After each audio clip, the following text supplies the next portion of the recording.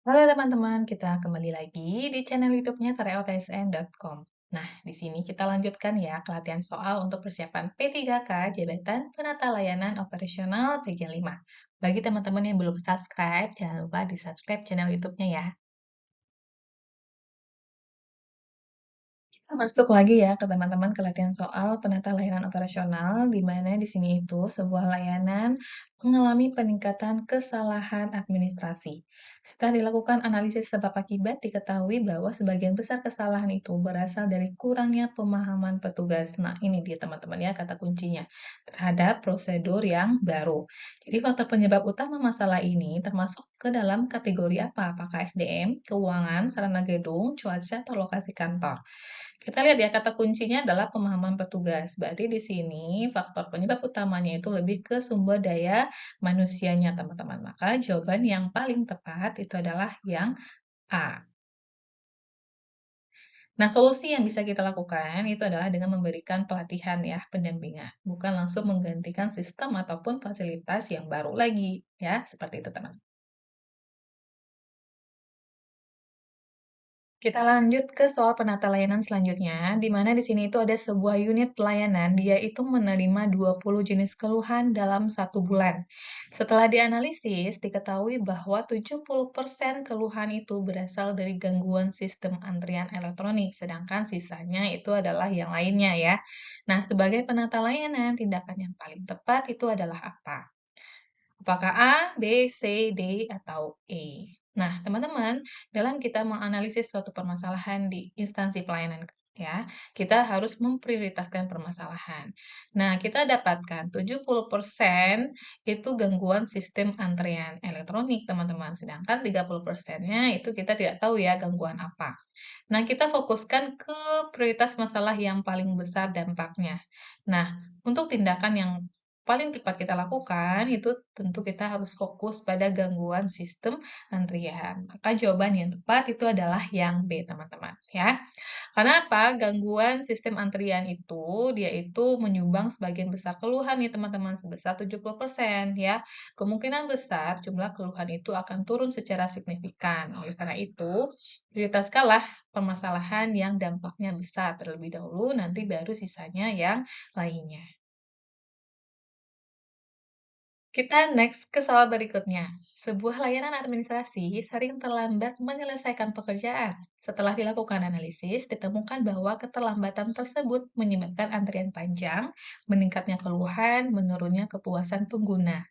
Dalam analisis permasalahan, informasi tersebut termasuk ke dalam apa? Apakah jenis masalah, prioritas masalah, dampak masalah, solusi masalah, atau standar pelayanan? Nah, kita lihat ya, kata kuncinya di sini. Keterlambatan itu menyebabkan antrian panjang, keluhan yang meningkat, dan menurunnya kepuasan. Nah, ini termasuk ke dalam dampak masalah, teman-teman ya, di mana dampak masalah itu akibat yang muncul dari suatu masalah yang terjadi. Karena dia terlambat menyelesaikan pekerjaan, sehingga mengakibatkan apa? Antrian panjang, meningkatnya keluhan, menurunnya kepuasan pengguna, teman-teman. Maka jawabannya yang tepat itulah dampak masalah, teman-teman. Nah, dampak masalah itu, di mana di sini kita lihat ya, konsekuensi dari keterlambatan pelayanan ini menyebabkan permasalahan ini. Sebuah layanan mengalami peningkatan kesalahan penginputan data setelah diberlakukannya sistem baru. Hasil evaluasi menunjukkan sebagian besar petugas belum memahami cara penggunaan sistem tersebut. Jadi, faktor penyebab utama masalahnya apa nih, teman-teman? Apakah teknologinya yang usang, regulasi pemerintah, SDM kurang terampil, proses yang terlalu singkat, atau kurangnya penggunaan layanan? Kita lihat ya, kata kuncinya di sini teman-teman ya, di mana petugasnya itu belum memahami cara penggunaan sistem. Maka, jadi penyebabnya di sini adalah SDM-nya itu yang masih kurang terampil dalam melakukan atau memberlakukan sistem yang baru tersebut. Untuk itu, solusinya apa teman-teman? Kita bisa melakukan pelatihan ya, pendampingan ataupun peningkatan kompetensi petugas. Unit layanan yang sebelumnya berjalan lancar tiba-tiba mengalami keterlambatan proses karena adanya aturan baru yang mewajibkan tambahan dokumen dari pengguna, teman-teman ya. Mana faktor penyebab yang paling tepat di bawah ini itu adalah apa? Apakah SDM yang kurang kompeten? teknologi yang usang, proses yang tidak efisien, faktor eksternal atau kurangnya sarana kerja. Nah, teman-teman, kata kuncinya di sini. Keterlambatan itu karena apa? Karena aturan baru yang mewajibkan, berarti berkaitan dengan regulasi ya. Nah, ini termasuk kepada faktor eksternal, teman-teman ya. Regulasi yang diberlakukan sehingga muncullah keterlambatan proses. Nah, kita lihat nih teman-teman ya. Nah, ini dia, faktor eksternal, khususnya perubahan regulasi atau kebijakan atau aturan yang baru. Jadi, penata layanan operasional perlu menyesuaikan prosedur kerja agar tetap sesuai dengan aturan. Jadi, adanya perubahan aturan, tentu kita adanya penyesuaian yang baru juga, teman-teman.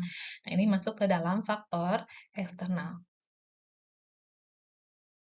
Sebuah tim telah selesai menganalisis penyebab keterlambatan pelayanan. Agar hasil analisis ini dapat digunakan sebagai dasar perbaikan oleh pimpinan, langkah apa nih yang paling tepat dilakukan? Apakah menyimpan hasil analisis, membuat laporan temuan, menghapus data lama, menambah petugas, atau mengubah struktur organisasi?